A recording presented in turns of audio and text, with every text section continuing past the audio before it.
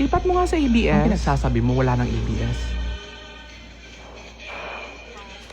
Paano mangyayari yun? Ang sabi sa commercial, tutukan ang huling 5 taon ng probinsyano.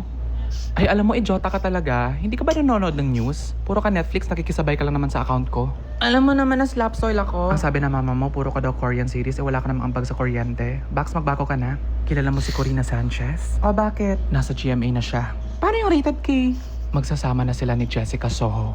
Ha? Sorry, magiging title ng show. Kapuso mo, Jessica Sanchez. Paano yung showtime? Show Bulaga. Pero Soko yung favorite show ko.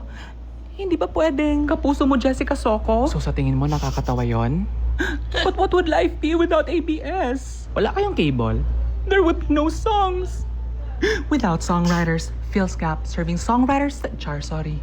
So paano yung mga favorite kapamilya nating ayaw lumipat? Alam mo ba yung nangyari sa neighbor namin?